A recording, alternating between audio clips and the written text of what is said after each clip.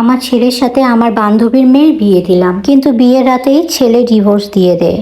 এতে আমি ভীষণ রেগে গিয়ে ছেলেকে বাড়ি থেকে বের করে দিই আর মেয়েটিকে আমার দ্বিতীয় ছেলের সাথে বিয়ে দেই। কিন্তু অবাক করার বিষয়, দ্বিতীয় ছেলেও বাসর রাতেই তাকে ডিভোর্স দিয়ে দেয়। ঘটনার রহস্য জানার জন্য আমি জোর করে মেয়েটিকে আমার তৃতীয় ছেলের সাথে বিয়ে দিলাম, আর সেই রাতেই আমি নিজেকে লুকিয়ে রেখে তাদের বাসর ঘরে ঢুকলাম।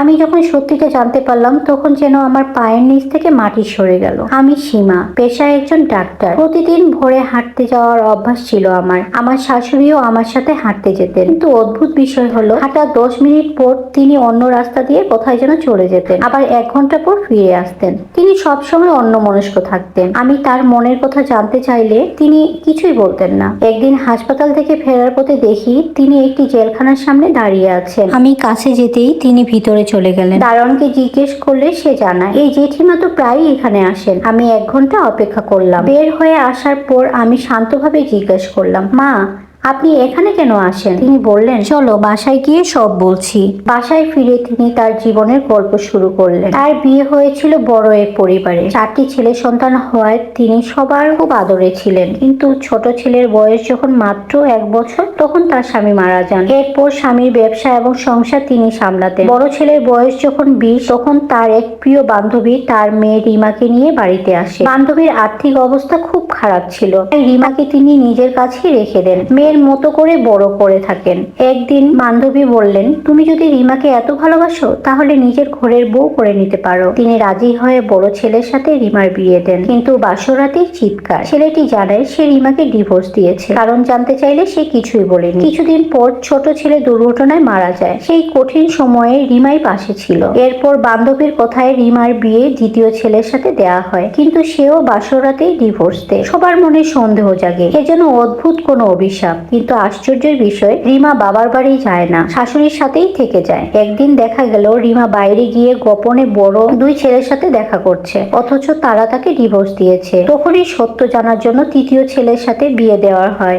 আর সেই রাতে শাশুড়ি খাটের নিচে লুকিয়ে থাকেন। তিনি শুনতে পান রিমা ছেলেকে বলছে, তোমার মা চায় না আমি এই বাড়িতে থাকি। তোমার 2 ভাই মায়ের কথায় আমাকে ডিভোর্স দিয়েছে। এই মিথ্যা কথা শুনে তিনি আর সহ্য করতে পারেননি। বের হয়ে রিমাকে চড় মারেন। হঠাৎ রিমার মা এসে উপস্থিত হয়। তারা দুজন মিলে তাকে ও তার ছেলেকে বেঁধে স্টোর রুমে বন্দি করে রাখে 2 দিন। কষ্ট করে তারা এখান থেকে বেরিয়ে আসে। এরপর আত্মরক্ষার্থে তিনি রিমাকে আঘাত করেন। পরে পুলিশ এসে রিমা ও তার মাকে গ্রেফতার করে। তাদের পরিকল্পনা ছিল এক এক করে ছেলেদের ডিভোর্স করিয়ে তাদের বাড়ি ছাড়া করা, তারপর সম্পত্তির মালিক হওয়া। জেলখানা যেতেন তিনি রিমাকে দেখতে, কারণ সবকিছুর পরও তিনি রিমাকে নিজের মেয়ের মতোই ভালোবাসতেন।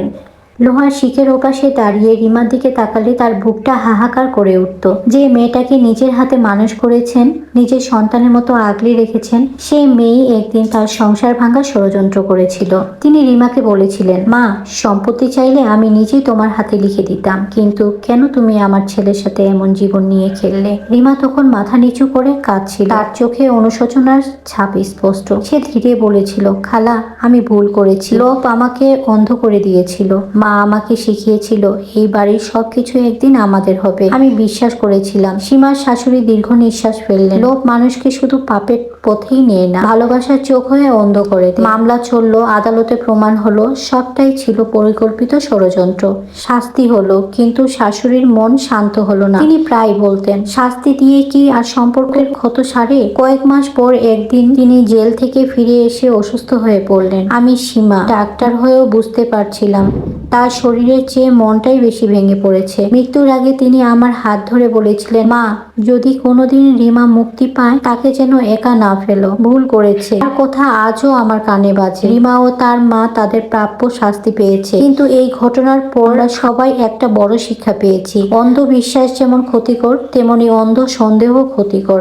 লোভ সবচেয়ে বড় অভিশাপ। একটা পরিবার ভেঙে যেতে সময় লাগে না, কিন্তু ভাঙ্গা বিশ্বাস জোড়া লাগতে লাগে একটা জীবন। আজও যখন জেলখানার সামনে দিয়ে যাই, মনে হয় ভালোবাসা যদি সৎ পথে থাকতো তাহলে হয়তো এই গল্পের শেষটা এমন হতো না। আসলে মানুষের লোভ থাকা খুব খারাপ। লোভ থাকলে মানুষ পাপের থেকে বড় পাপ করে ফেলে। আমার গল্পটা কেমন লেগেছে অবশ্যই কমেন্টে জানাবেন। আর আজকে আমি শিম রান্না করেছিলাম হাতে মেখে টমেটো আলু দিয়ে। আমার এই রান্নাটা অনেক ভালো লাগে। আর দিনাজপুরের শিম অনেক মজা, তো ঢাকার এই সিমটা আমার কাছে খুব ভালো লেগেছিল। এজন্য আমি নেক্সট যে সিমটা নিয়ে এসেছিলাম এটাই আমার খুব ভালো লেগেছে। সিমের কালারটা কেমন জানি অন্যরকম লাগছে। যাই হোক, আজকের মতো এই পর্যন্তই। সবাই ভালো থাকবেন।